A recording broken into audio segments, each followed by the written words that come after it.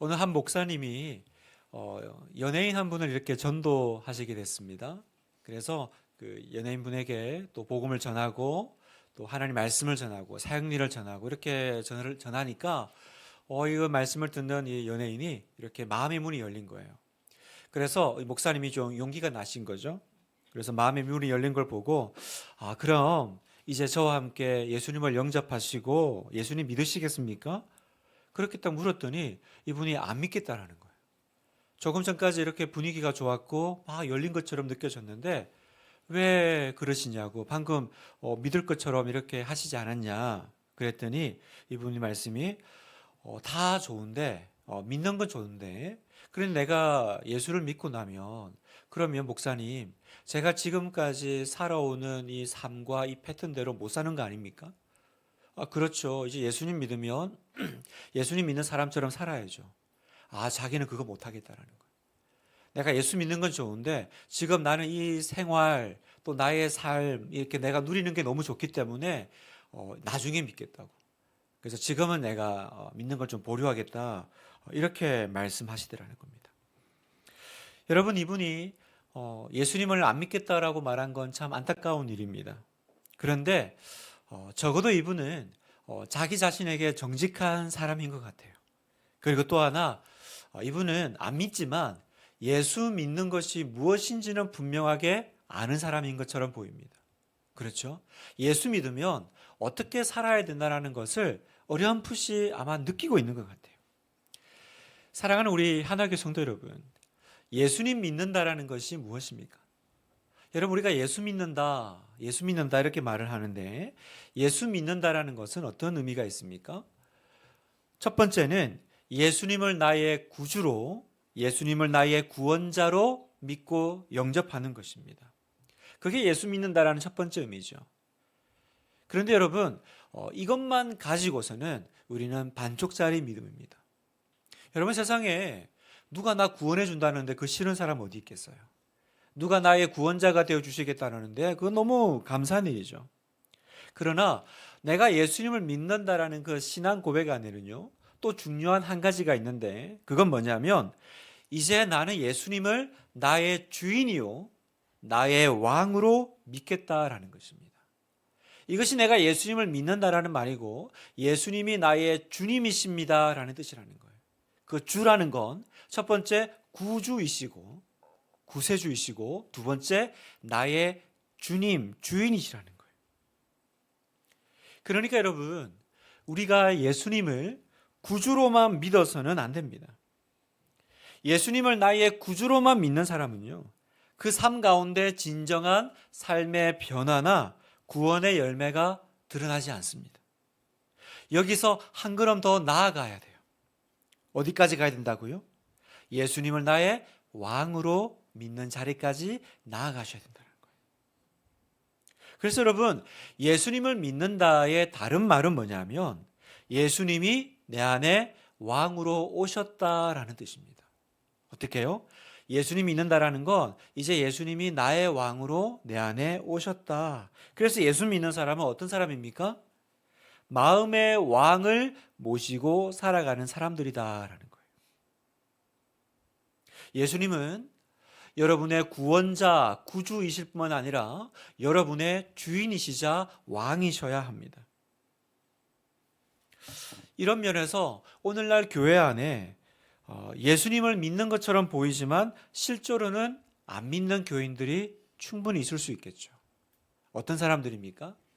여러 부류가 있지만 대표적인 게 이제 착한 사람들인 거예요. 자신은 별다른 큰 죄를 저지른 기억이 없습니다. 주변에 큰 소리 한번 낸 적도 없고요. 열심히 성실하게 살아갑니다. 그러나 여러분, 아무리 내가 성실하고 착해도 그 마음에 왕이 없는 사람, 자기 마음대로 살려고 하는 사람은요, 하나님과 상관이 없는 사람입니다. 아무리 믿음이 좋아 보이고 또 신앙생활을 잘하는 것처럼 보여도요, 마음에 왕이 안 계신 사람은 여전히 거듭나야 할, 다시 태어나야 할 본 어게인 크리스찬이 되어야 할 사람들입니다. 여러분은 자신에게 한번 물어보십시오. 나는 본 어게인 하셨습니까? 나는 다시 태어나셨나요? 내가 다시 태어났다면 그 안에는 어떤 고백이 있어야 되죠? 이제 내 마음에는 나를 다스리시고 나의 중심에 왕으로 계신 분이 있느냐? 그 고백이 있는 사람이 바로 born again입니다. 그렇지 않으면 우리는 여전히 내가 왕이 되어서 내 인생을 내 뜻대로 이끌어가는 사람입니다. 신앙은요, 믿음은요, 하나님은요, 나의 뜻과 나의 인생의 목표를 이루어주기 위해서 계시는 분인 거죠. 여러분에게 한번 물어보고 싶어요. 여러분의 마음에는 지금 왕이 계십니까? 내 인생의 왕자리에 지금 누가 앉아 계십니까? 예수 그리스도십니까? 아니면 여러분 자신이십니까? 여러분, 우리가 그 드라마나 영화 이렇게 사극을 보면요, 신화 중에 한번 생각해 보세요. 정말 충신이에요. 정말 바른 사람입니다. 그런데 이 사람이 틈만 나면 그 왕의 자리, 우리 용상이라 그러잖아요. 이 사람이 틈만 나면 그 용상에 앉아 있는다 생각해 보세요. 이 사람이 아무리 착하고 아무리 충신이랄지라도 뭐예요? 대역죄인이죠. 여러분, 신하가 왕자리에 앉아 있는 충신, 뭐 그 사람이 아무리 뭐 나라를 구한 좋은 신하랄지라도 이 사람은 그 왕의 엄벌을 피할 수 없을 거예요. 그런데 여러분, 우리가 그렇게 할 수 있다라는 겁니다. 보좌는, 왕의 자리는 오직 왕만 앉으셔야 되는데 예수님, 그 왕이신 예수님이 앉아야 될 그 자리에 내가 앉아 있는 사람이 있는 거예요. 그러니 여러분, 아무리 착해도 소용이 없어요. 대역죄인입니다. 여러분, 이걸 깨달을 때 우리가 그제야 내가 진짜 죄인이구나. 그전에는 내가 왜 죄인이야? 내가 뭘 그렇게 나쁜 짓 했다고? 내가 뭐 그렇게 악한가? 그런데 내 인생의 왕자리에 예수님이 앉아야 될 그 자리에 내가 앉아 있었구나. 그걸 깨달은 사람은요, 하나님 앞에 꼬꾸러지는 거예요. 내가 얼마나 심각한 죄인인지 이제야 알았습니다. 고백하게 되죠. 성도 여러분, 우리가 예수님을 믿는다면 이제 정말 예수님이 나의 왕 되신 삶을 살아야 합니다. 아무리 내가 목사 노릇하고요, 귀신을 쫓아내고요, 많은 권능을 행하더라도 소용이 없어요. 마태복음 7장 23절, 그때에 내가 그들에게 밝히 말하되 내가 너희를 도무지 알지 못하니 불법을 행하는 자들아 내게서 떠나가라. 예수님이 왕이 아니시라면요, 그 사람은 주님 앞에 아무리 대단한 사역을 하는 사역자랄지라도 뭐라고 부르세요? 불법을 행하는 자. 여러분, 불법을 행한다는 게 뭐예요? 법이 없는, 예수님이 나의 법이시고 그분의 말씀이 내 인생을 주장해야 되는데 그 사람은 불법을 행하는 거예요. 예수님이 법이 아니신 거죠. 그렇다면 오늘 밤 우리가 정말 예수 믿는다라는 거는 그 마음에 예수님이 왕으로 좌정하신 인생이구나, 우린 이걸 오늘 밤 깨닫는데요. 그러면 어떻게 해야 예수님이 정말 왕인 사람이 될 수 있을까? 예수님을 그 인생의 왕으로 모신 사람은 어떤 특징이 있을까? 두 가지를 여러분 함께 붙잡고 오늘 밤 기도하기를 원합니다. 첫 번째, 예수님이 왕이심을 인정해야 된다는 거예요. 사랑하는 성도 여러분, 예수님은 이미 우리 안에 왕으로 임하셨습니다. 그건 이미 우리 안에 이루어진 것입니다. 내가 인정한다고 해서 그때부터 들어오시는 것이 아니라 이미 예수님은 왕으로 오셨습니다. 중요한 건 뭐예요? 내가 그걸 받아들이고 인정하느냐, 거기서부터 이제 왕의 다스리심이 우리 안에 일어날 것입니다. 사도행전 5장 30절 31절 말씀을 같이 한번 읽겠습니다. 시작. 너희가 나무에 달아 죽인 예수를 우리 조상의 하나님이 살리시고 이스라엘에게 회개함과 죄 사함을 주시려고 그를 오른손으로 높이사 임금과 구주로 삼으셨느니라. 여기 보니까 뭐라고 말씀하세요? 우리 조상의 하나님이 예수님을 임금과 왕과 구주로 삼으셨다, 그러죠? 신앙 고백의 두 가지였죠. 예수님은 나의 구주이십니다. 예수님은 나의 왕이십니다. 왜요? 하나님께서 그분을 임금과 왕과 구주로 세우셨다. 그리고 또 오늘 우리가 읽은 말씀 보세요. 빌립보서 2장 10절 말씀이죠. 하늘에 있는 자들과 땅에 있는 자들과 땅 아래에 있는 자들로 모든 무릎을 예수 이름에 꿇게 하시고 모든 입으로 예수 그리스도를 주라 시인하여 하나님 아버지께 영광을 돌리게 하셨느니라. 모든 이름을 예수의 이름 앞에 꿇게 하시고 모든 입으로 예수 그리스도를 주라 시인하여, 여기서 주는 어떤 주일까요? 나의 구주이시요 그리고 나의 주님이신 나의 왕으로 고백하게 하셨다라는 거예요. 여러분, 이것이 하나님 아버지의 뜻이라고 말씀하십니다. 그러니 여러분 보세요. 이것이 하나님의 뜻이라면 결국은 어떻게 되겠습니까? 이 모든 세상은요, 이 세상에 있는 모든 사람은 다 예수님의 이름 앞에 무릎을 꿇게 될 것입니다. 지금은 교만하게 하나님이 어디 있어? 예수가 누구야? 그렇게 모욕적인 은사를 내뱉고 또 그렇게 무례하게 행동을 하고 기독교를 개독교라 부르며 그런 일이 우리 주변에 있지만 여러분, 결국은 어떻게 된다고요? 하나님의 뜻대로 모든 이름이 예수 이름에 무릎 꿇고 모든 입술이 예수님을 주로 고백하게 되는 날이 오게 하실 거다라고 성경은 얘기하세요. 그 어떤 누구도 예외가 없습니다. 왜요? 하나님의 뜻이니까. 하나님의 뜻이니까. 그렇다면 여러분, 모든 사람이 예수님 앞에 무릎을 꿇게 될 것이라면 우리가 지금부터 이미 벌써 예수님 앞에 무릎 꿇고 살아가는 것이 그게 옳지 않겠어요? 그게 지혜로운 인생 아니겠어요? 여러분, 왕이신 예수님께 무릎 꿇고 살면 인생 그렇게 어렵지 않습니다. 왕이신 주님께서 우리의 삶을 다스리시고 인도하실 줄 믿습니다. 그런데 우리는 참 안타까운 게 있죠. 예수님을 믿는다고 하지만 여전히 그 씨름을 하는 사람이 있는 거예요.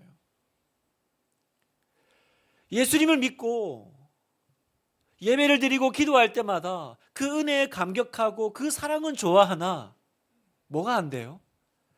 예수님 앞에 무릎 꿇고 내가 크리스찬이라고 하고 내가 예수님 믿는다고 하는 사람이지만 예수님 말씀대로 사는 게 어려운 분들이 있어요. 그게 안 돼요. 왜 안 될까요, 여러분? 왜 안 될까요? 그게 안 되니까 어떻게 됩니까? 인생이 어려워요. 신앙생활이 어려워요.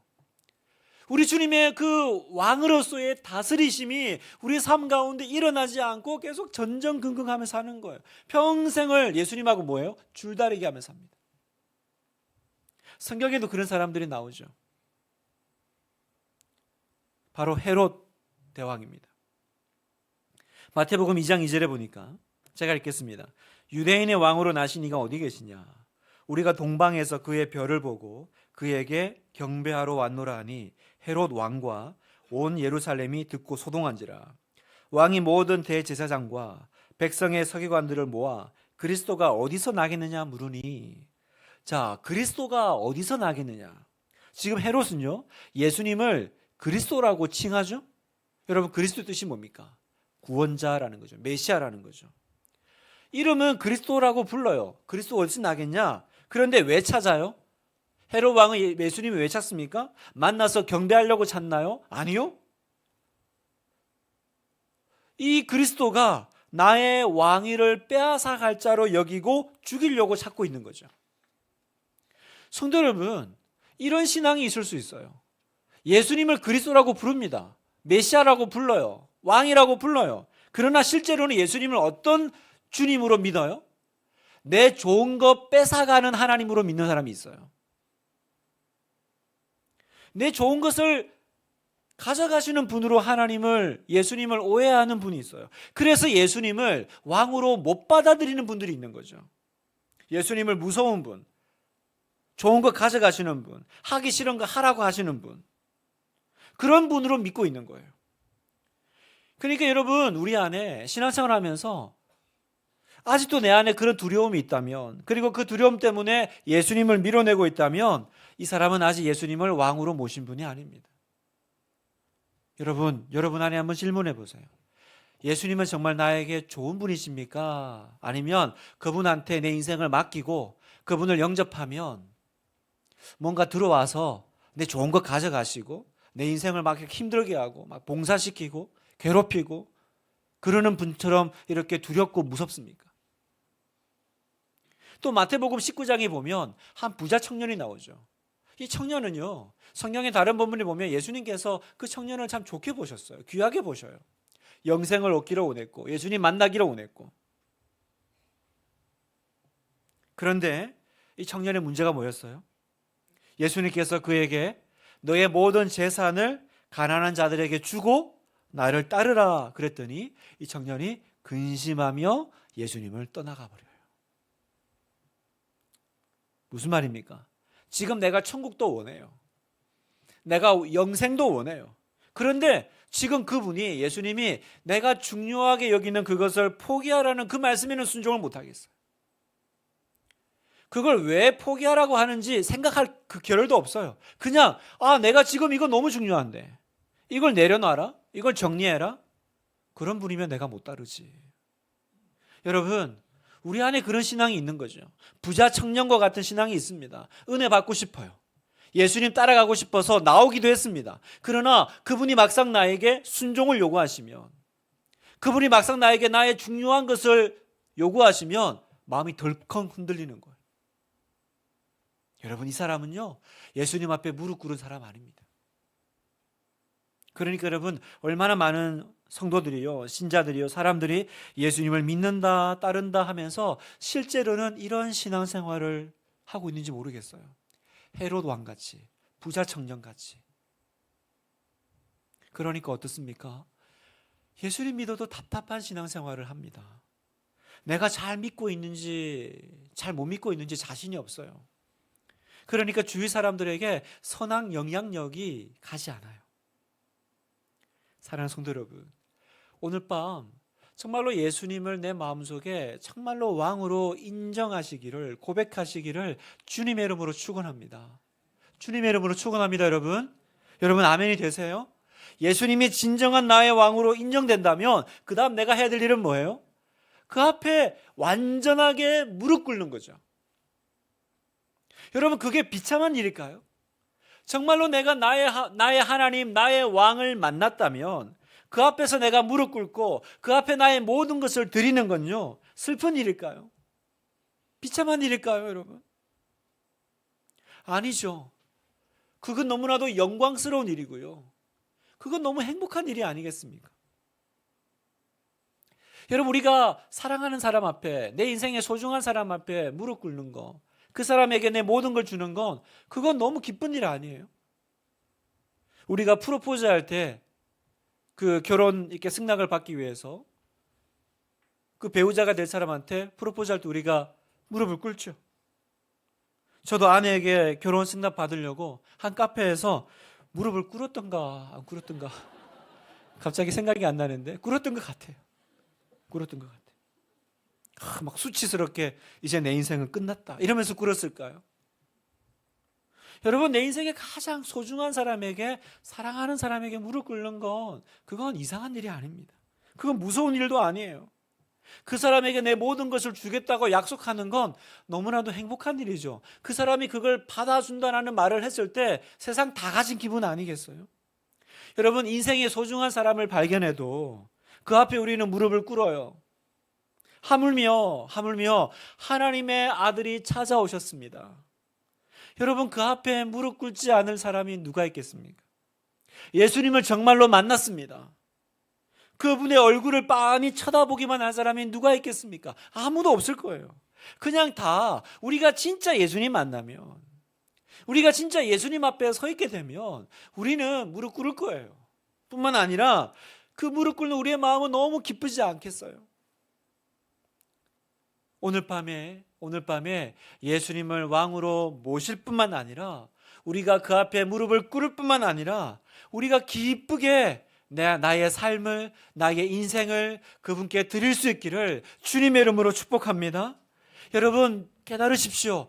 그분께 드리고 내가 내 인생을 다스리고 내가 내 인생을 세워나가는 것보다 그분이 내 삶을 다스리는 것이 내 인생의 가장 큰 복이요, 가장 지혜로운 것임을 믿으시기를 축복합니다.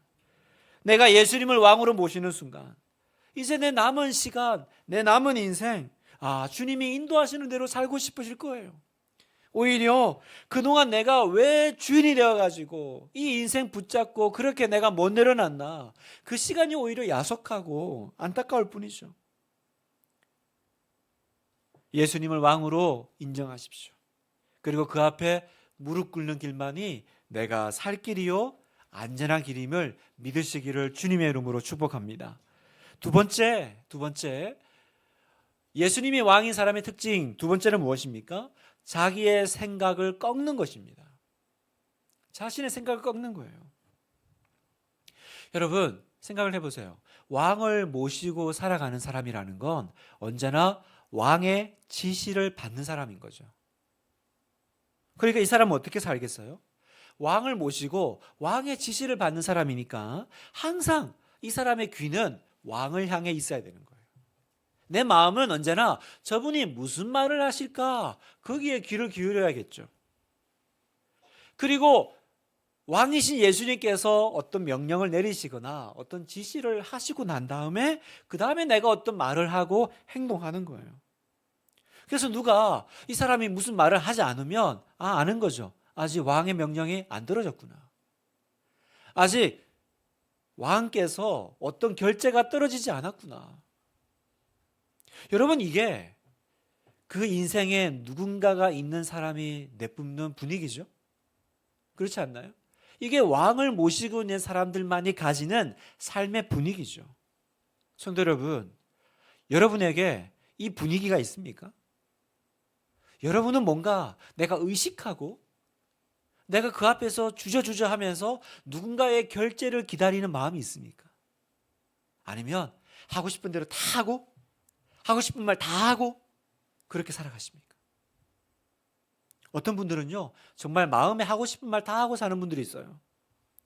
그러면서 자기는 마음에 뭘 숨기면 병된다고 말하십니다. 나는 할 말을 해야 직성이 풀려, 이렇게 말씀하시는 기도합니다. 그런데 여러분 아셔야 돼요. 우리 안에는 예수님이 주시는 말과 예수님이 주시는 지시가 있고 사탄이 주는 생각이 있습니다. 이걸 분별하지 못하면요, 마귀가 주는 생각을 자기의 생각인 줄 알고 그냥 그것 가지고 다 얘기하고 행동하고 저질러 버리는 거예요. 그리고는 그것 때문에 주변에 상처 주고 삽니다. 여러분, 우리가 얼마나 말로 다른 사람 마음 아프게 하고 상처 주며 삽니까? 여러분 생각해 보세요. 그거 예수님 결재에 떨어진 말입니까? 그거 예수님께서 하라고 하신 행동입니까? 여러분, 이게 왕을 모시는 사람의 특징이라는 거예요. 당신은 당신을 제동하는 누군가가 있느냐라는 거예요. 당신의 입술을 주장하는 컨트롤하는 누군가가 있느냐. 여러분, 우리의 마음을 항상 주님께 귀를 기울이고요, 내 안에 들어오는 것이 다 주님의 생각인지 아닌지를 분별하는 작업들이 필요해요. 여러분, 예수님을 왕으로 모신 사람 함부로 말하지 않아요. 교회에서 함부로 말하지 않습니다. 가족들에게 함부로 감정 올라온다고요. 내가 우리 집의 가장이라고, 이 사람이 내 직원이라고 함부로 얘기하지 않습니다. 지금 이 생각이, 내가 지금 하려고 하는 것이 누가 주신 거지? 나는 왕을 섬기는 사람인가? 아니면 내가 왕인가? 이제부터 어떻게 살아야 돼요? 오직 왕 대신 예수님이 말하라고 한 것 말하고, 왕 대신 예수님이 하라고 한 행동만 하고. 여러분, 이게 왕을 모시고 살아가는 사람이 가지는 삶의 분위기예요. 여러분에게 이 분위기가 있기를 바라요. 여러분에게 이 분위기가 스며 있기를 축복합니다. 나는 이제부터 무슨 말 하든 어떤 행동하든 결제받고 한다. 결제받고 해. 그래서 날마다 예수님의 지시를 받는 훈련을 하는 거죠. 그때 어떻게 됩니까? 이제 우리의 삶의 모습이 확 달라지는 거예요. 그러니 여러분 보세요. 내가 예수님을 구주로만 믿고 내가 예수님을 왕으로 모시지 않은 사람은 삶이 안 바뀌어요. 말이 안 바뀝니다. 인생이 안 바뀝니다. 왜요? 자기가 왕이니까. 그리고 또 하나가 있습니다. 지시를 받을 때는 정말 중요한 태도가 있어요. 주님의 생각과 내 생각이 다를 수 있다는 것을 인정하셔야죠. 어떤 생각이 우선돼야 됩니까? 주님의 생각이죠. 너무 당연한 얘기잖아요. 근데 우리가 이게 안 돼요. 이게 안 되니까 어떻게 됩니까? 이제 마귀가 아주 강력하게 미혹하기 시작합니다. 이게 안 되니까 계속 마음에 시험 드는 일이 생겨요. 언제나 내 생각에 좋아 보이고 내 생각에 옳아 보이는 이것 때문에 언제나 예수님하고 다퉈요. 성경에 보면 다윗 왕은 성전을 건축하고 싶었습니다. 그래서 나단 선지자에게 내가 하나님의 성전을 짓고 싶습니다. 건축하고 싶습니다. 이렇게 말했더니 나단 선지자도 그 듣고 되게 좋아했어요. 좋은 생각입니다. 내가 하나님께 말씀드리겠습니다. 그랬는데 어떻게 됐어요? 그날 밤에 하나님이 나단 선지자에게 다윗은 성전 지으면 안 된다라고 말씀하시죠. 다윗의 동기는 너무 옳았습니다. 자기 영광을 위해서 짓는 게 아니잖아요. 그리고 그 마음에 너무 간절한 열망이 있었어요. 그러나 주님이 아니라 그러면 생각 내려놔야 되는 거죠. 내려놓는 겁니다. 요한복음 6장에 보면 예수님께서 오병이어로 5,000명 먹이는 유명한 기적 사건이 나오죠. 여러분 그 장면에는요 2명의 제자가 등장합니다. 빌립과 안드레입니다. 말씀을 전하시다가 저녁이 되어서 이제 많은 무리들이 이제 굶주려 있는 거예요. 그때 예수님께서 제자들에게 물으세요. 어디서 떡을 사서 이 사람들을 먹일까? 그랬더니 그때 똑똑하고 계산 빠른 빌립이 이렇게 얘기합니다. 요한복음 6장 7절. 빌립이 대답하되 각 사람으로 조금씩 받게 할지라도 200데나리온의 떡이 부족하리이다. 무슨 말이에요? 이 사람들 여기서 못 먹인다라는 거죠. 돈을 모아도 지금 이 사람 인원이 너무 많아가지고 엄청난 액수의 금액이 필요하니까 내 생각에는 빨리 지금이라도 집으로 보내서 각자 해결하도록 해야 됩니다. 지금 여러분 보세요. 빌립은 예수님께서 어디서 떡을 사서 이 사람들을 먹일까라고 예수님 물으셨어요. 빌립의 이 대답이 예수님의 마음에 지금 그 마음을 헤아린 대답입니까? 그렇지 않죠. 지금 주님의 마음은 뭘까? 주님이 지금 뭘 원하셔서 이걸 물어보신 거지? 그걸 생각하기보다 지금 당장의 상황 판단하고 자기의 어떤 빠른 결정을 내렸어요. 돌려보냅시다. 그게 빌립의 정한 답이었고 생각이었습니다. 그런데 그때 또 한 제자가 있죠. 안드레. 안드레는 어떻게 합니까? 여러분 잘 아시는 대로 그 한 소년의 도시락이었죠. 물고기 2마리와 떡 5개를 찾아옵니다. 안드레는 이것 가지고 해결될 거라고 생각했을까요? 아니요. 안드레도 해결 안 될 거 알았습니다. 다 큰 성인이 그 계산 안 나왔겠어요? 9절에 보면 여기 한 아이가 있어 보리떡 5개와 물고기 2마리를 가지고 있나이다. 그러나 이것이 이 많은 사람에게 얼마나 되겠사옵나이까? 안드레도 알았어요. 그런데 안 되는 줄 알면서 왜 오병이어를 들고 예수님 찾아왔죠?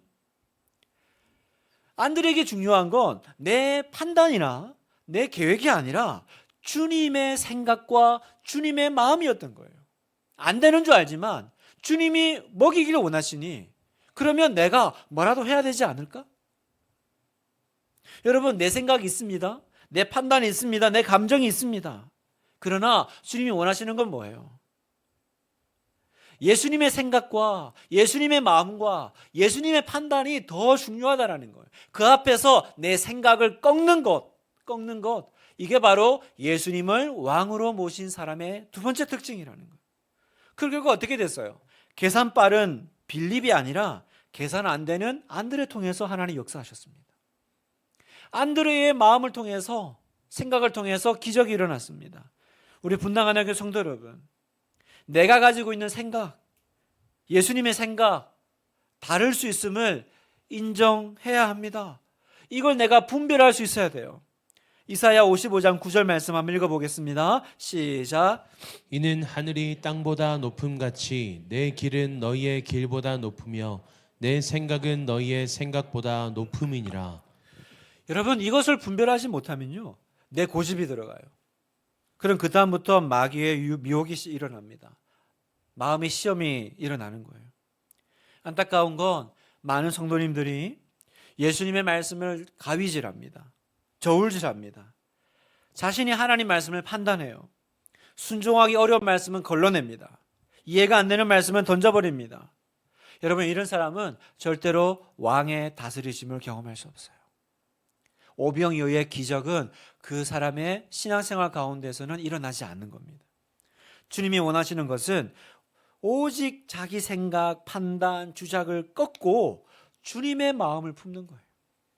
주님의 마음을 따라가는 겁니다. 이해가 되지 않더라도, 경험하지 않더라도 주님 말씀이니까 순종하리라. 어디까지요? 내 생각과 내 감정까지도 내가 따라가는 것입니다. 내 감정까지도 바꾸어서 순종하는 자리까지 나아가는 거예요. 예수님이 진짜 나의 왕이시라면요, 기분 내켜야 순종하겠어요? 내 마음이 동해야 순종하겠어요? 여러분, 어떤 신하가, 왕 앞에 엎드려 있는 신하가 자기 마음이 동하고 내켜야 순종하겠습니까? 기분이 나쁘지만 기뻐하시는 거예요. 미운데 사랑하는 겁니다. 정말 죽겠는데 감사하는 거예요. 우리가 이 말씀까지, 내 감정까지 주님 앞에 순종하고 복종하고 그렇게 나아갈 수 있게 되기를 주님의 이름으로 축원합니다. 나의 마음과 나의 생각과 나의 감정이 주님께 복종할 수 있기를. 그 사람이 예수님이 왕인 사람입니다. 말씀을 마무리하면서요, 올해 우리의 신앙의 목표가 뭘까요? 우리는 예수님을 통해서 무언가를 받는 것이 목표가 아니어야 합니다. 예수님을 통해서 기도해서 뭔가를 받는 게 아니고요, 우리가 목표해야 될 건 뭐예요? 예수님 오직 그분이어야 합니다. 예수님이어야 합니다. 오늘도 마귀는 우리에게 이렇게 미혹하죠. 마태복음 4장 8절, 마귀가 또 그를 데리고 지극히 높은 산으로 가서 천하 만국과 영광을 보여 이르되 만일 내게 엎드려 경배하면 이 모든 것을 내게 주리라. 여러분, 이게 왜 시험이죠? 마귀가 와서 나에게 엎드려 경배하면 이 모든 것을 주리라. 이게 어떤 분에겐 예수님에게 했던 것처럼 심각한 미혹과 시험이 되는 분이 있습니다. 어떤 분에게 미혹이 되는 줄 아세요? 예수님이 목표가 아니라 예수님을 통해서 뭔가를 받는 것이 목표인 사람은 이게 시험이에요. 미혹이 됩니다. 제가 목회를 하면서, 또 담임 목회를 하면서 끊임없이 제 안에 붙잡는 마음이 있어요. 그 마음이 뭐냐면, 교회가 내 인생의 목표가 되지 않게 하리라 해요. 이상한 말이죠. 교회가 내 인생의 전부가 되지 않게 하리라. 무슨 말이냐면, 목사로서 성도를 섬기고 교회가 부흥하고 성장하는 거 옳죠? 그러나 교회의 성장이 목표가 되어버리는 순간 저는 이제 더 이상 그분의 신실한 종이 아닌 거예요. 나는 뭡니까? 예수님을 도구 삼아 내 꿈 이루는 목사입니다. 예수님을 도구 삼아 큰 교회 이루는 그 대형 교회 목사가 되는 것이 바로 제가 되는 거죠. 그래서 제 마음에 붙잡는 것이 있습니다. 나는 주님만. 여러분, 주님의 일은 뭡니까? 하나님의 일은 신방하고 설교하고 섬기고 봉사하는 게 주님의 일이 아니에요. 주님의 일은 뭡니까? 하나님이 보내신 자를 믿는 것이 주님의 일이다라고 요한복음에 말씀하셨어요. 예수님을 믿는 것이 주님의 일입니다, 여러분. 내가 그분 앞에 엎드리는 것이 주님의 일입니다. 올해 여러분, 예수님이 왕이시니까 내가 순종하는 것이 있습니까? 도무지 내가 내 뜻과 내 마음으로는 순종할 수 없는 일인데 예수님이 왕이시니까 내가 그 앞에 순종한 것이 있으십니까? 여러분, 그런 순종이 없다면 우리 안엔 체험도 간증도 없어요. 말씀을 들어보고 이해되고 난 뒤에 순종하려면요, 죽을 때까지 순종 못합니다. 그렇게 고민하고 갈등하느라 시간 다 지나갑니다. 어떻게 해야 돼요? 그냥 완전한 순종을 주님 앞에 올려드리는 것뿐입니다. 내가 살아있는 그 모든 삶의 시간들은요, 오로지 내가 예수님을 왕으로 모시고 산 삶만 제대로 산 삶이 될 것입니다. 여러분, 올해 우리가 그렇게 살아보시기를 축원합니다. 모든 것이 혼란스럽고 모든 것이 어둡고 잘 보이지 않더라도요, 그냥 한 걸음 한 걸음 주님이 말씀해 주시는 것 순종하면서 주님이 주시는 감동을 따라, 오늘도 주님이 말씀 가운데 나에게 주시는 그 말씀을 따라 한 걸음 한 걸음 내가 그냥 순종해서 나아가 보십시오. 이 시간 같이 저와 함께 기도하기를 원합니다. 예수님, 제 안에 오셔서 나의 주님이 되어 주시고, 예수님 제 안에 오셔서 나의 왕이 되어 주시옵소서. 예수님이 나의 왕이십니다. 예수님이 나의 주님이십니다. 우리가 그렇게 고백할 때 나의 왕 되신 주님은 올 한 해 여러분 안에서 왕의 다스리심을 선포하실 줄 믿습니다. 우리 안에서 왕의 역사가 아름답게 일어날 줄 믿습니다.